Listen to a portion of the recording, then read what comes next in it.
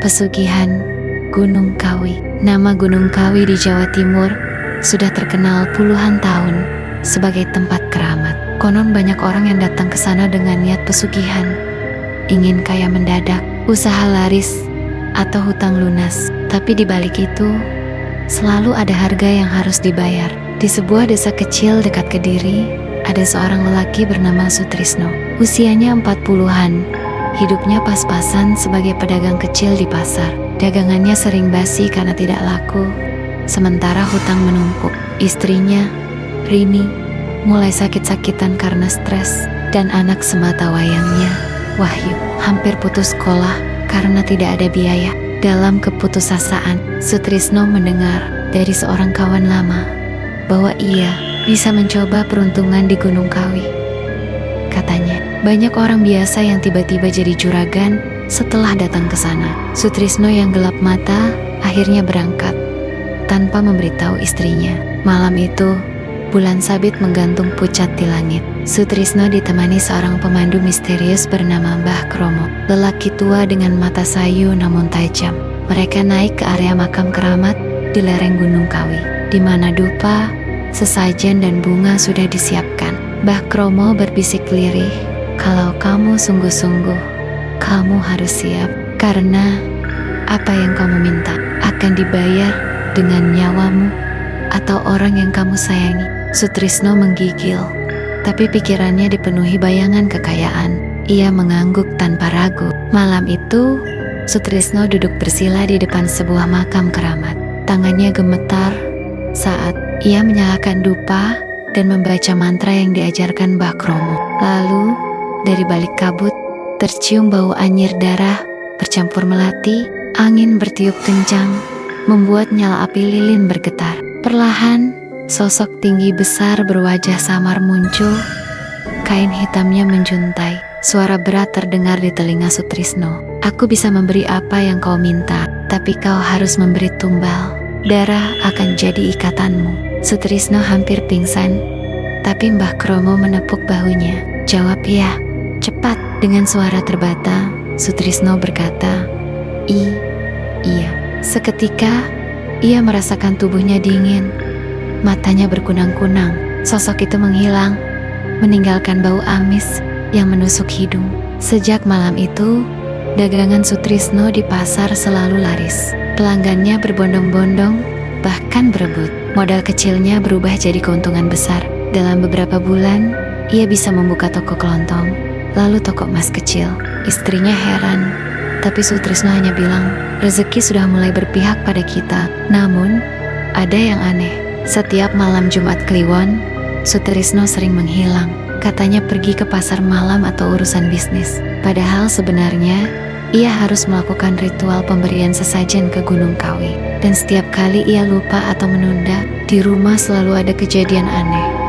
Suara tangisan di kamar anaknya, ayam-ayam mati mendadak. Bahkan istrinya sering mimpi buruk melihat wajah hitam besar menatapnya. Usaha Sutrisno makin kaya. Ia punya rumah besar dan mobil mewah, tapi wajahnya semakin pucat. Ia tahu waktunya semakin dekat, karena makhluk itu mulai menagih. Pada suatu malam, ketika Sutrisno pulang larut, ia melihat Wahyu anaknya duduk di ruang tamu dengan wajah kosong. Bibir Wahyu bergetar, tapi suaranya asing. "Ayah, waktunya hampir tiba. Kau sudah memilih, sekarang aku yang akan diambil." Sutrisno jatuh terduduk. Ia memeluk anaknya, menangis. Tapi malam itu, tubuh Wahyu demam tinggi dan kejang-kejang. Dokter tak bisa menjelaskan penyebabnya. Mbah Kromo kemudian datang diam-diam dan berkata lirih, "Kalau kau tak rela anakmu diambil, kau sendiri yang harus jadi gantinya." Sutrisno semakin putus asa. Ia mencoba menunda, tapi setiap malam, suara-suara aneh makin sering datang. Langkah kaki di kamar kosong, suara cekikikan wanita di dapur, bau darah menyengat di halaman rumah. Dan pada malam Jumat Kliwon berikutnya, ketika Sutrisno hendak memberi sesajen ke Gunung Kawi, ia tidak pernah kembali. Esoknya, warga menemukan tubuhnya membiru di pinggir jalan hutan. Matanya melotot seakan menyimpan ketakutan terakhir. Tapi anehnya, Setelah Sutrisno mati, usaha keluarganya tetap berjalan lancar selama beberapa waktu, seolah perjanjian itu belum benar-benar selesai. Beberapa bulan setelah Wahyu terikat perjanjian, toko keluarganya berubah jadi swalayan besar. Orang-orang kampung kagum, tapi di balik kemewahan itu, Wahyu makin menderita. Setiap malam Jumat Kliwon, ia selalu bermimpi didatangi sosok bayangan besar berselubung hitam. Sosok itu berkata, "Kau sudah berjanji, saatnya menepati. Berikan tumbal, atau nyawamu yang jadi gantinya." Awalnya, Wahyu mencoba menghindar, tapi kejadian aneh mulai terjadi. Hewan ternak tetangga mati mendadak. Anak-anak kecil sering sakit misterius. Bahkan beberapa orang kampung hilang tanpa jejak. Orang-orang berbisik, rumah keluarga Sutrisno itu angker. Ada aura gelap yang menempel. Suatu malam, ketika Wahyu sedang duduk di kamar dengan dupa menyala, sosok ayahnya kembali muncul. Wajahnya makin mengerikan. Matanya kosong, tubuhnya penuh belatung. "Nak, kalau kau ingin ibumu tetap hidup, kau harus memberikan tumbal manusia. Itu jalan satu-satunya." Wahyu menangis, menolak sekuat tenaga. Tapi setiap kali ia menolak, Burini jatuh sakit mendadak, seperti dicekik oleh tangan tak kasat mata. Hingga akhirnya, bayangan hitam itu memberi pilihan.